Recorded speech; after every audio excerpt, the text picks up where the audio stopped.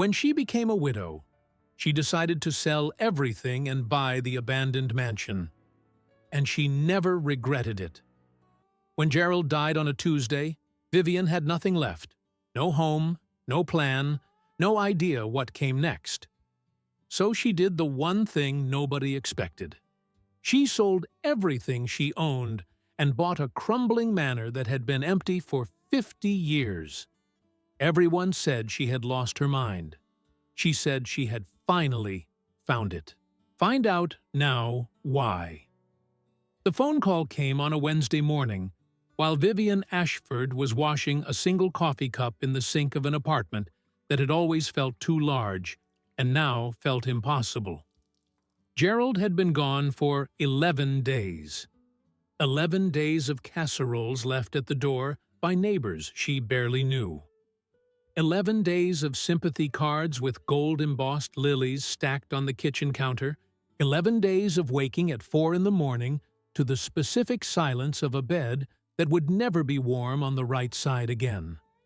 She was 58 years old, and she had spent 31 of those years being Gerald Ashford's wife, and she had no idea, not the faintest, most distant idea, what she was supposed to be now. The call was from a man named Callum Voss. He introduced himself as a local attorney handling the estate of a property in the rural outskirts of the county, a property that had sat unoccupied for decades and had recently been placed on the market through a quiet, private listing.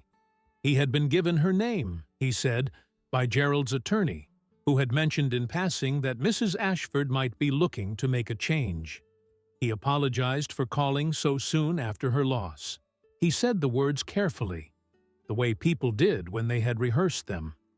She appreciated the effort, even if it changed nothing. "What kind of property?" she asked, because it was easier to ask a practical question than to stand in the kitchen feeling the edges of her own grief. "A manor house," Callum Voss said.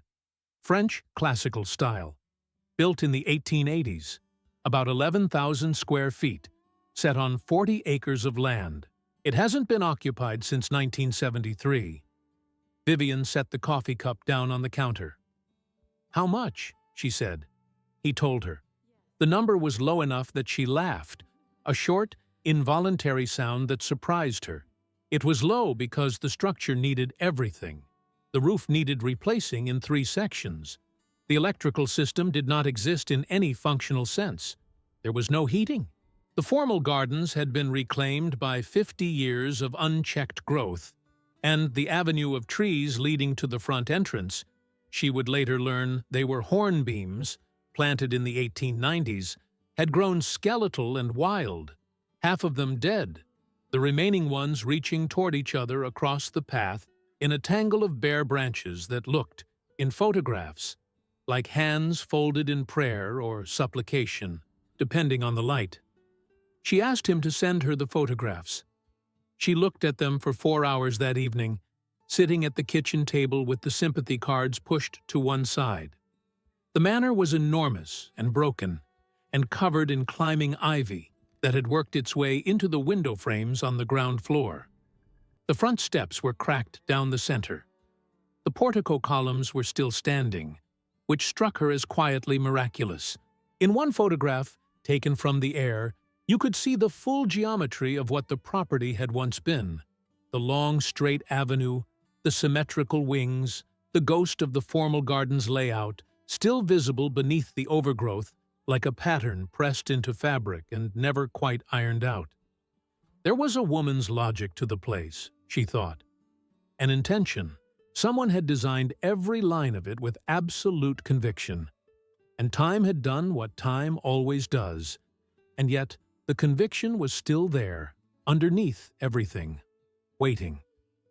She called her financial advisor the next morning. She asked him what she had.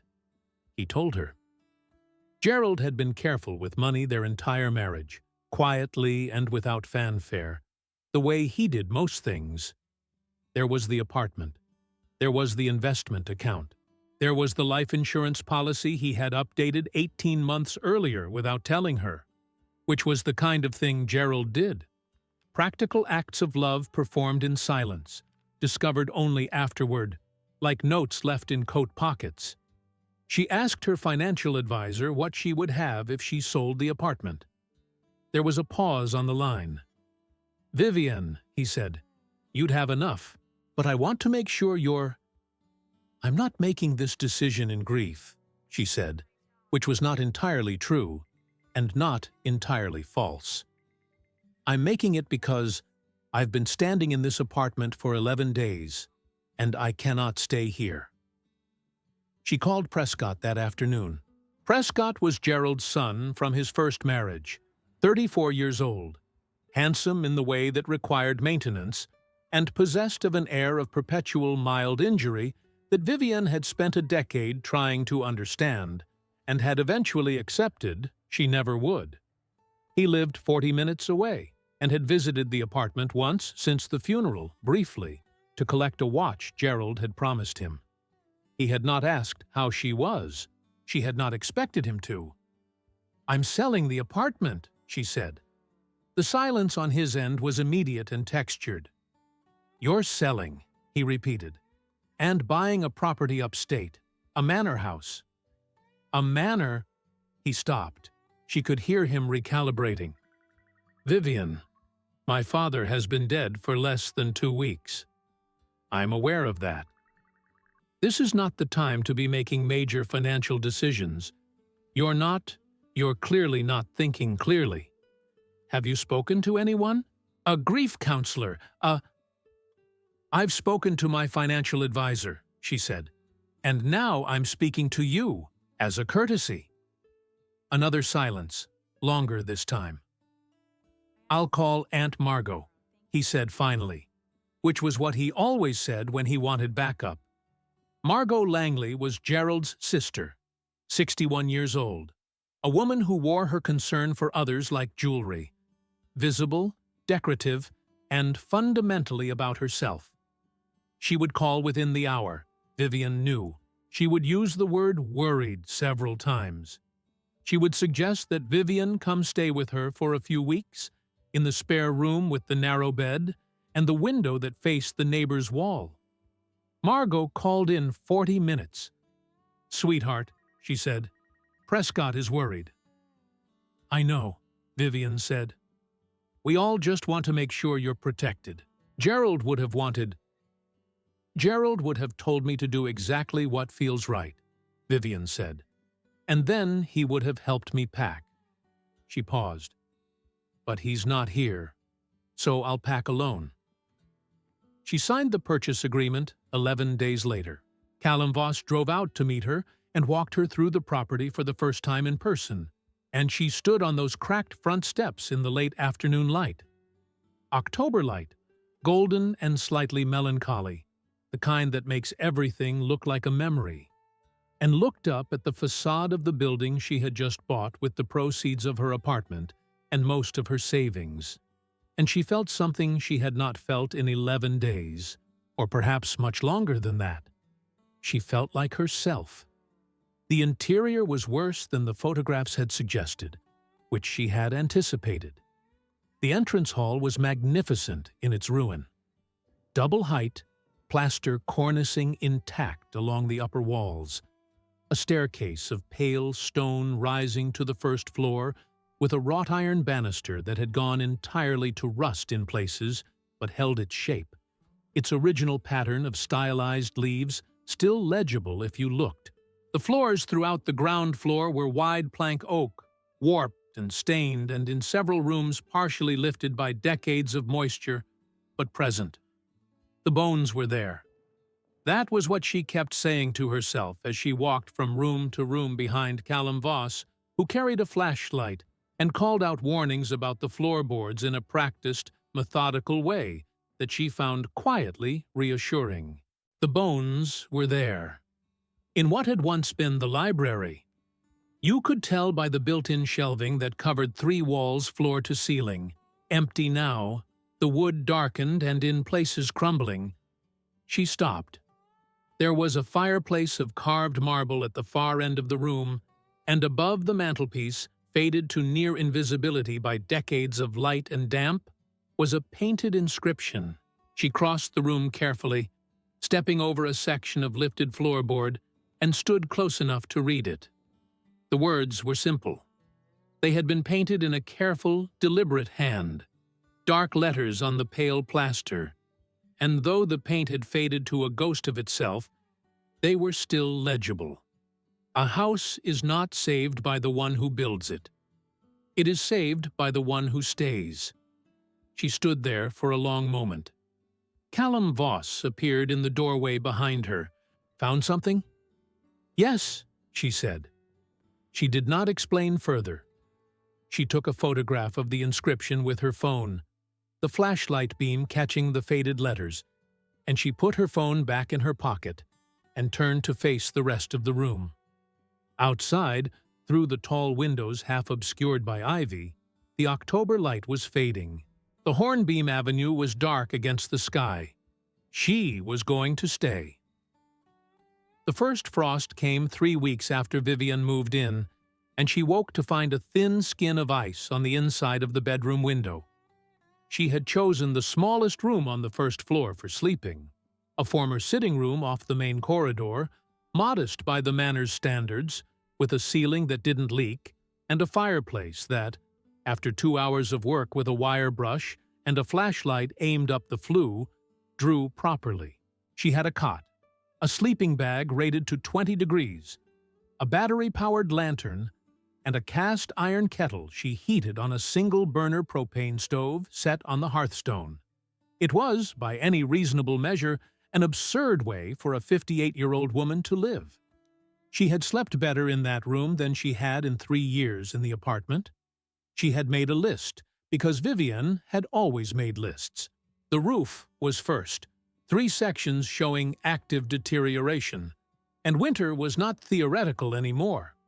She had found a local contractor named Bert, a compact and largely silent man in his mid-60s, who had looked at the manor with the expression of someone encountering an old adversary, walked the perimeter twice without speaking, and then given her a written estimate that was honest to the point of being almost aggressive. She appreciated that. They had shaken hands on the front steps, and he had told her his crew could start the following Monday, and he had not once suggested she might want to reconsider.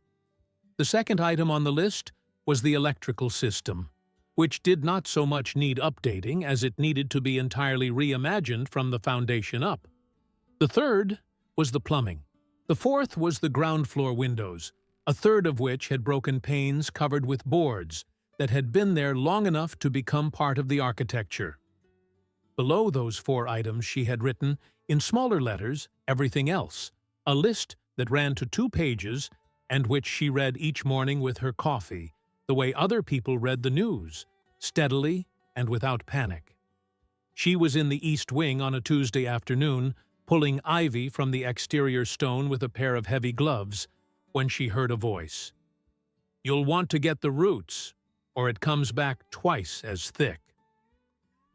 The woman standing at the edge of the property was in her early 70s, small and upright, with white hair cut close to her head, and the particular ease of someone completely comfortable in the outdoors. She wore a waxed canvas jacket the color of pine needles and carried a walking stick she clearly didn't need. "I'm Odette Crane," she said. "I have the farmhouse at the end of the North Track. I've been watching the lights in the windows for 2 weeks and decided I'd either come introduce myself or spend the rest of the winter wondering about you." Her name was Vivian Ashford, she said. She'd bought the place in October. Odette looked at the manor with an expression that was not quite nostalgia and not quite grief, but lived somewhere between the two. "I know this house," she said quietly. "I've known it a long time." They had tea in the library. Vivian had found 2 folding chairs, and the marble fireplace worked, and there was something about the room with its empty shelves and its faded inscription that made conversation feel easier than it had any right to be. Odette held her cup in both hands and looked at the words above the mantelpiece, and was quiet for a moment.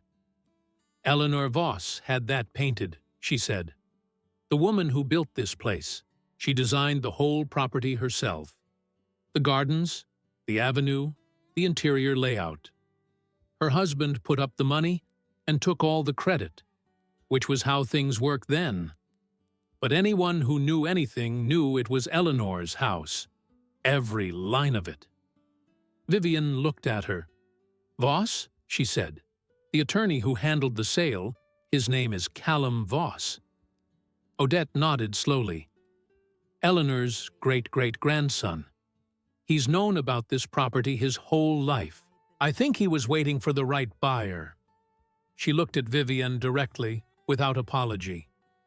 "I think you're the right buyer." That evening, after Odette had walked back up the north track with her unnecessary walking stick, Vivian sat by the library fire and thought about Eleanor Voss, who had designed every room of this house and watched someone else put his name on it. And she thought about the inscription above the mantelpiece, and she thought about the fact that she had been married for 31 years to a man she had genuinely loved, and had spent the majority of those years making his life run smoothly and beautifully and without friction, which was its own kind of design work, its own kind of architecture, and which had left her, at 58, not knowing what she herself was made of. She was beginning to find out. Prescott arrived on a Saturday without calling ahead, which was his way of communicating that he considered himself exempt from ordinary courtesy. She heard the car on the gravel at 10 in the morning and came around from the back garden where she had been clearing the worst of the overgrowth from what Odette had told her was originally a kitchen garden, the soil underneath still remarkably good, dark and deep and patient.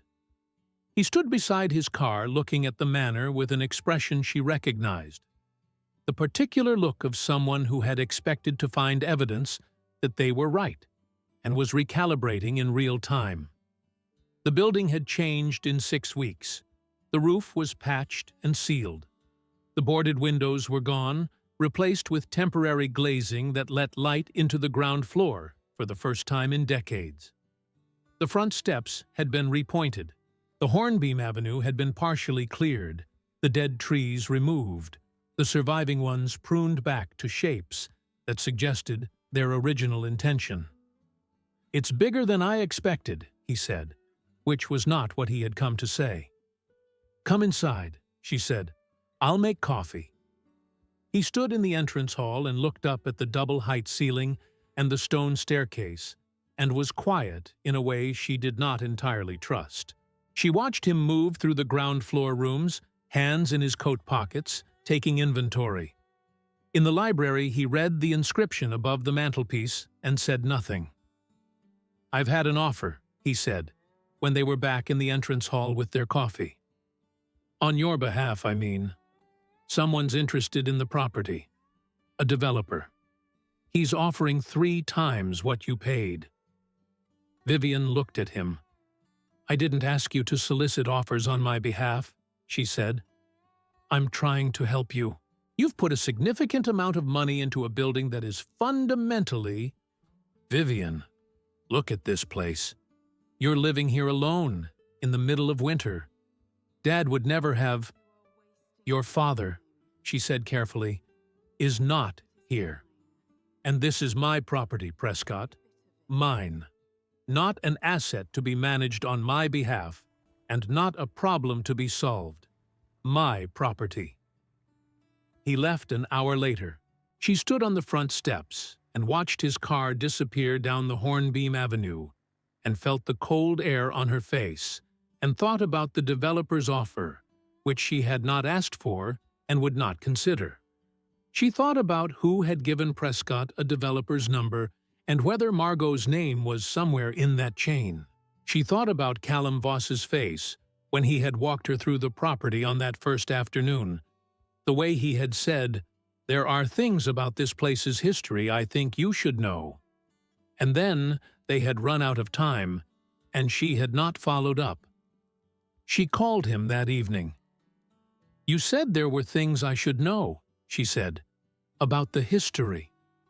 A brief pause on his end. "There are," he said. "I think we should meet in person, and I think you should know, before we do, that the deed as filed has a clause in it, a restriction clause. It's old, pre-1900, and it hasn't been tested in court, but it's there." Another pause, shorter. Someone recently asked a local title company to look into whether it could be challenged. Vivian was quiet for a moment. "Who?" she said. Callum Voss said a name. She was not entirely surprised, but her hand tightened on the phone, and she stood very still in the library, with the fire burning low in the marble fireplace.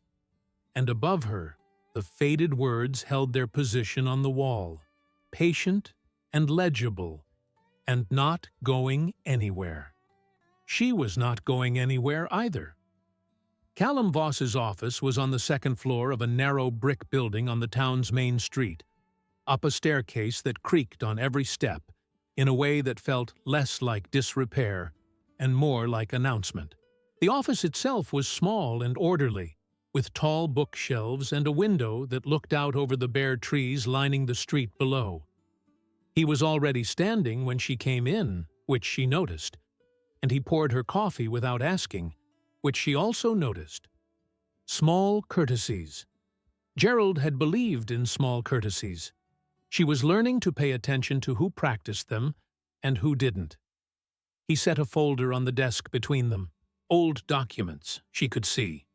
The paper a deep cream color, the edges soft with age, the handwriting on the visible top sheet, a formal 19th century cursive that required concentration to read. "Eleanor Voss built that house in 1883, he said. "As I mentioned, she designed it herself. What I didn't mention is why the property has been unoccupied since 1973. He opened the folder. "Eleanor died in 1921.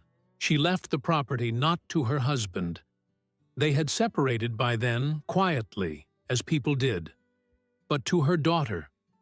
Her daughter left it to her daughter.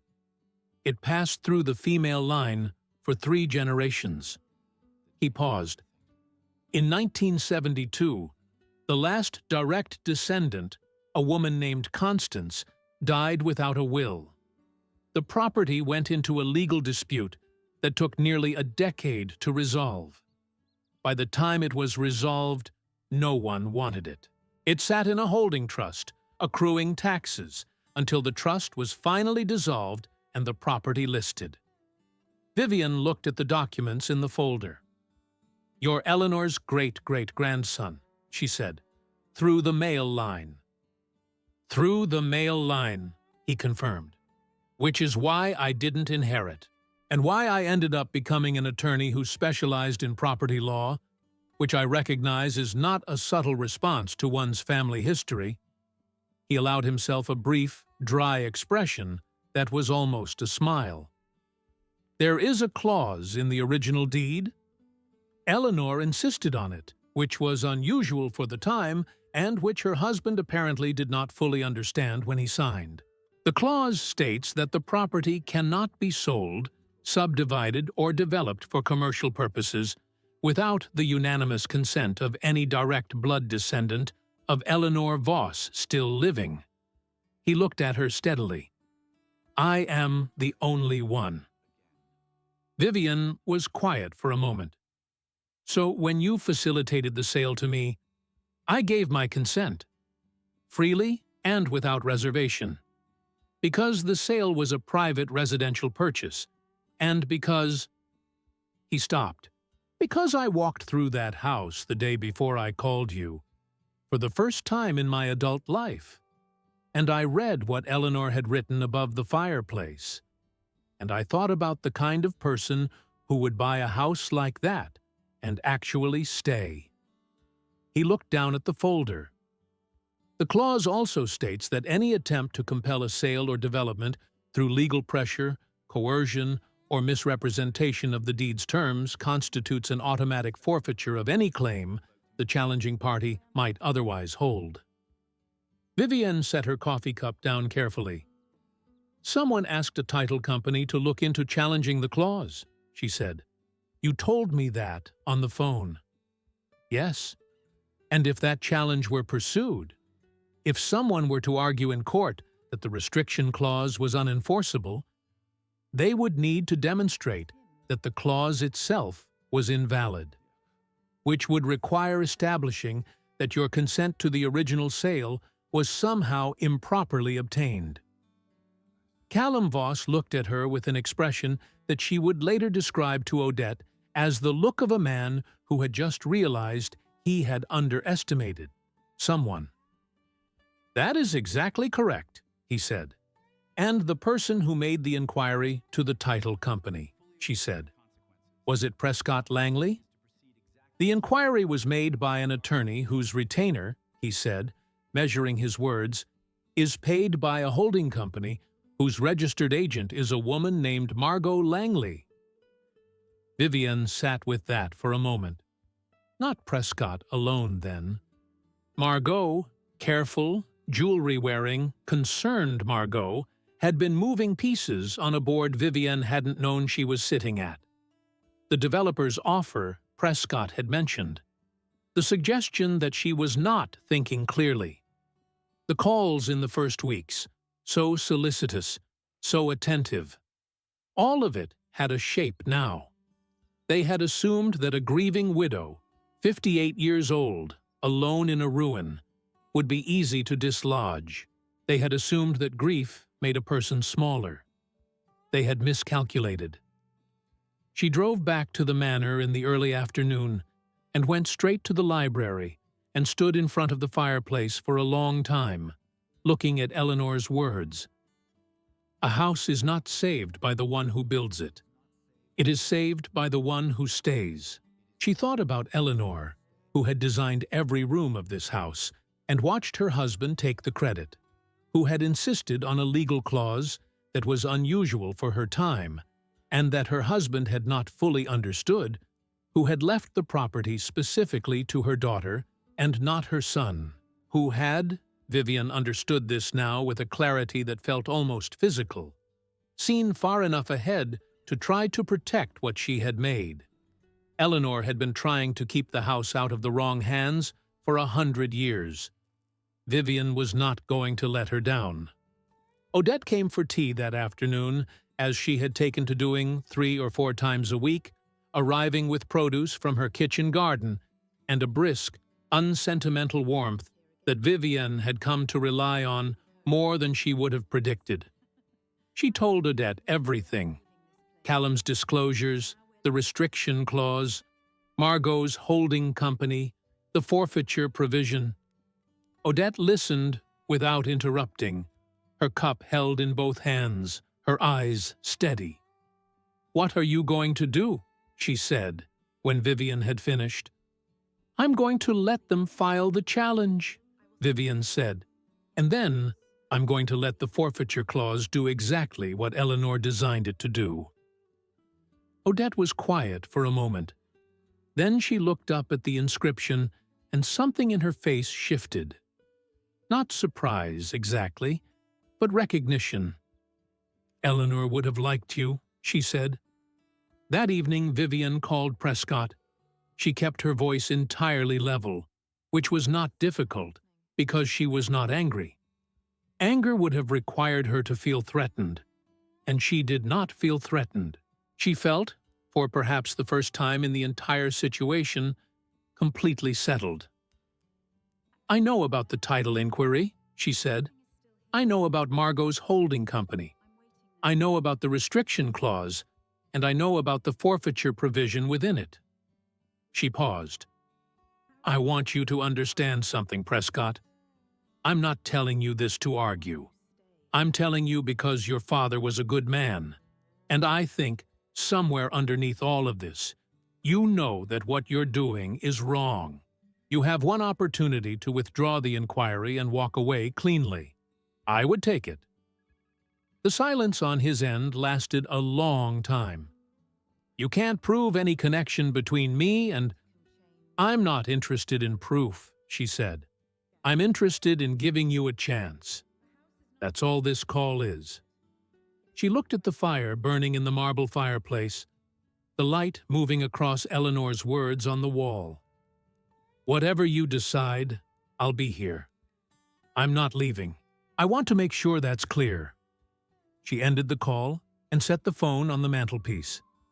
Outside, the Hornbeam Avenue was dark against a sky that had cleared to a deep, hard winter blue, and the stars over the 40 acres of her property were extraordinary. 3 days later, Callum Voss called to tell her that the title inquiry had been formally withdrawn. He did not sound surprised. Neither was she. What surprised her, what she had not anticipated, standing in the library with the phone in her hand and the firelight moving on the walls, was the feeling that came next.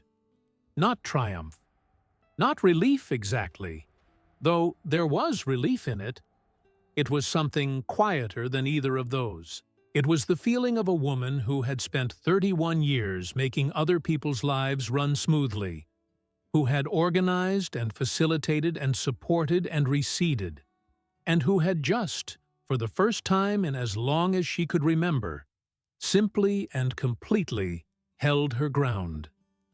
She stood there for a long time, in Eleanor's library, in Eleanor's house, in the life that was, improbably, expensively, perfectly, now entirely her own. The fire burned. The inscription held its position above the mantelpiece, patient as it had always been. She stayed. Winter broke slowly, the way it does in that part of the country. Not all at once, but in increments, a degree warmer each week, the light returning by minutes, until one morning in late February, Vivian walked out the front door and the air smelled like soil, and she stood on the steps and understood that the worst was over. Not just the season. All of it. The worst was over. Bert's crew had finished the roof in November and returned in January for the electrical work, moving through the manor room by room with a thoroughness that Vivian found deeply satisfying. She had learned to read the progress of a restoration the way she had once learned to read a room at a dinner party, by paying attention to the details others overlooked, the small signs that indicated whether things were going in the right direction. The floors on the ground floor had been assessed, 2/3 salvageable with proper treatment, the remaining third requiring replacement with reclaimed oak that Callum, who had turned out to know an improbable number of useful people, had sourced from a demolition project in the next county. The plumbing was underway. The kitchen, which had last been functional sometime during the Nixon administration, was gutted to the stone walls and waiting. She worked every day, not symbolically, not therapeutically, but practically, with her hands, with tools she had taught herself to use over the winter from a combination of instruction manuals and Odette's matter-of-fact guidance and an increasing comfort with simply trying things and seeing what happened. She had reglazed 4 windows herself. She had learned to mix mortar. She had spent 2 full weekends in the kitchen garden, turning the soil with a fork until her shoulders ached in a way that felt like progress rather than damage, and had planted the first beds in early March. Hardy greens, root vegetables, things that could tolerate the last of the cold. Prescott did not call. Margot sent a brief email in January that began with the word "sweetheart" and contained 3 paragraphs of careful retreat dressed as concern, and Vivian read it once and did not reply. There was nothing to say that the silence didn't say better. The holding company had been dissolved. Callum had confirmed it quietly, without drama, and the developer's interest in the property had apparently evaporated once it became clear that the restriction clause was both valid and enforceable. What Prescott and Margot had not understood, what they had perhaps been constitutionally unable to understand, was that Vivian had not bought this house as an investment, or an escape, or an act of grief-driven impulse. She had bought it because she recognized it. She had stood on those cracked front steps in the October light and looked up at the facade and felt, with a certainty that bypassed reason entirely, that this was the place she was supposed to be. You could not dislodge a person from that kind of certainty with a title inquiry. You could not buy her out of it. Callum came for dinner in March, the first time she had cooked a proper meal in the manor. A real dinner, at the long oak table she had found under a canvas cover in one of the upper rooms and carried downstairs with Bert's help, set with candles, because the dining room chandelier was still 3 weeks from being functional.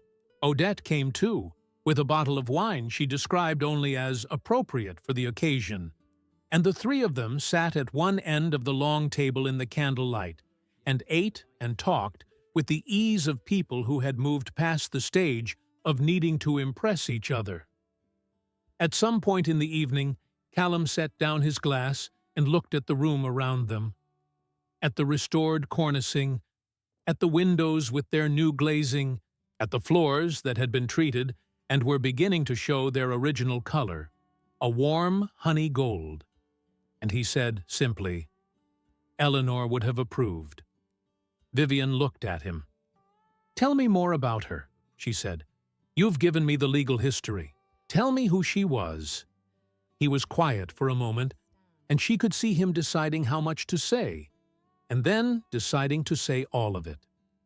Eleanor Voss, he told her, had come from a family of modest means and had educated herself in architecture and design through a combination of obsessive reading and a series of working relationships with established architects who had, uniformly, underestimated her until they couldn't anymore.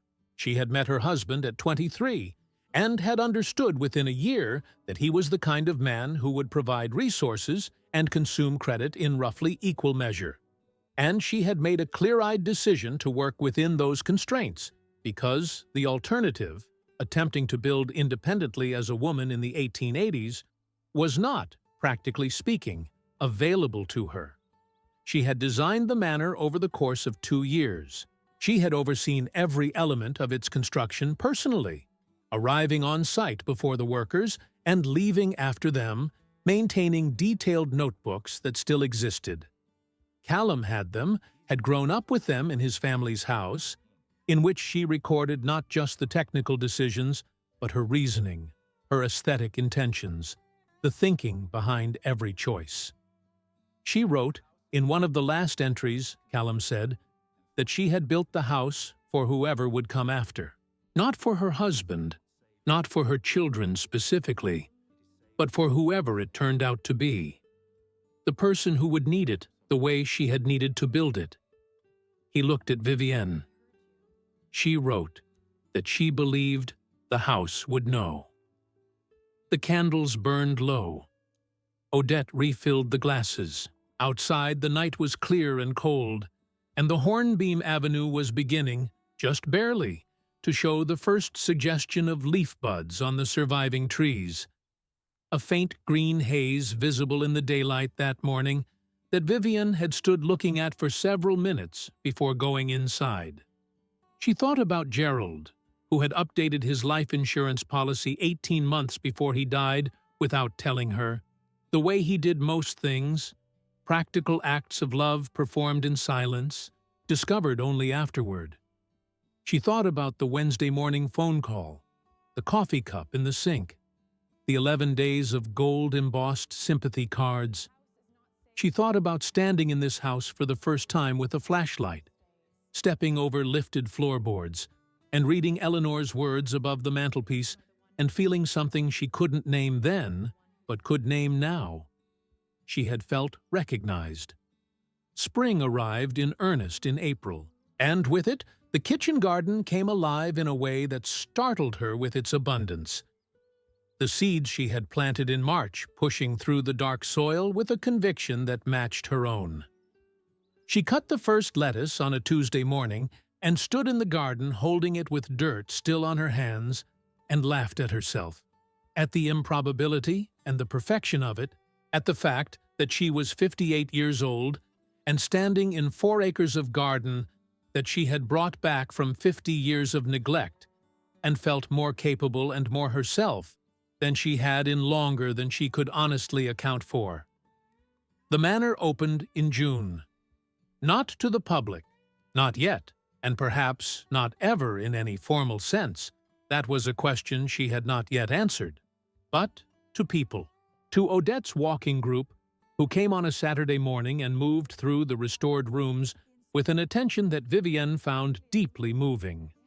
To Bert, who brought his wife and stood in the entrance hall and looked up at the ceiling with an expression that was as close to reverence as a largely silent man in his mid-60s was likely to produce. To Callum, who came alone on a weekday afternoon and went directly to the library and stood in front of the fireplace for a long time, looking at Eleanor's words, and who said nothing for several minutes, and who did not need to.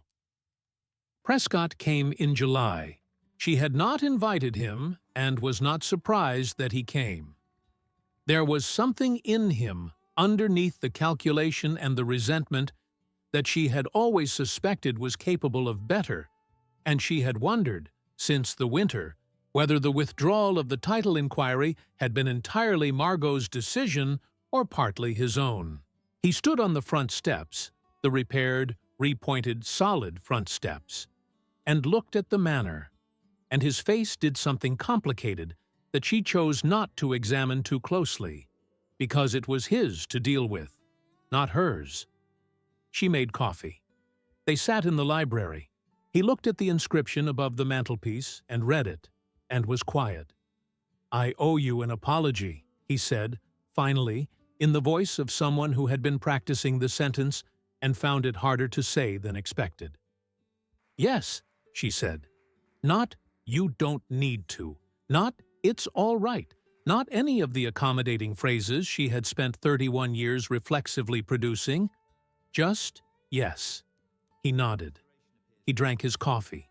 They talked, carefully, about neutral things, the restoration, the kitchen garden, the Hornbeam Avenue, which was now fully in leaf, the surviving trees having responded to the pruning with an extravagance of growth that Odette had predicted, and which still managed to exceed expectations. When he left, they shook hands at the door, which was not warm but was honest, and honesty seemed like the right place to start. That evening, Vivienne sat in the library alone with the windows open to the summer air and the last of the daylight coming through the restored glazing and falling in long rectangles across the honey-gold floor. The manor was quiet in the way that only a house with good bones can be quiet. Not empty, not hollow, but settled. Breathing. She had a glass of wine and Eleanor's notebooks, which Callum had brought her in the spring, and she was reading the entry from the final months of construction, the one he had quoted at dinner. Eleanor's handwriting was precise and unhurried. The entry was dated November 1882, 3 months before the house was completed. "I have built this for whoever comes after. I do not know her name or her century or what she will have lost before she finds this place. I know only that she will stay, and that will be enough. It has always been enough." Vivienne set the notebook down on her knee and looked at the words above the mantelpiece, which she no longer needed to read because she knew them entirely, had known them from the first evening she stood in this room with a flashlight and felt the cold air and the particular silence of a house that had been waiting for a very long time. A house is not saved by the one who builds it. It is saved by the one who stays. She stayed. Outside, the Hornbeam Avenue stood full and green in the last of the summer light, and the 40 acres breathed around the house, and somewhere at the end of the north track, a light was on in Odette's farmhouse window, and the kitchen garden was full and dark and alive, and the house that Eleanor Voss had designed with absolute conviction in 1882 held every room of itself together, quietly and completely, the way things do when they have finally found their purpose. Vivienne Ashford had sold everything she owned to buy a house no one wanted. She had not regretted it, for a single day. The thing that stayed with me, long after Vivian walked away from that phone call and the Hornbeam Avenue stood full and green outside the window, was not the legal victory or the restoration or even the kitchen garden coming back to life in April. It was that sentence she said to Prescott, the one she had spent 31 years not saying. Yes. Not, you don't have to apologize. Not, it's fine, really. Just, yes, you owe me that, and I'm receiving it. That single syllable, so small and so complete, felt like the real moment the house was saved. Not when she signed the papers, not when the roof was sealed or the floors were restored or the restriction clause held, when she stopped making room for other people's comfort at the expense of her own truth. Eleanor built that house for a woman she would never meet, in a century she would never see, and she trusted, with the kind of faith that doesn't ask for confirmation, that the right person would come. And Vivian arrived exactly as Eleanor had imagined her, carrying loss, carrying courage, carrying the particular clarity that comes to a person when everything unnecessary has finally fallen away. I think that's what grief does, when you let it. Not breaks you, clarifies you. If this story touched your heart, please leave a like and subscribe to the channel. And tell me in the comments what city you're watching from. I want to know how far these stories are reaching. Thank you for the company, and I'll be waiting for you in the next one.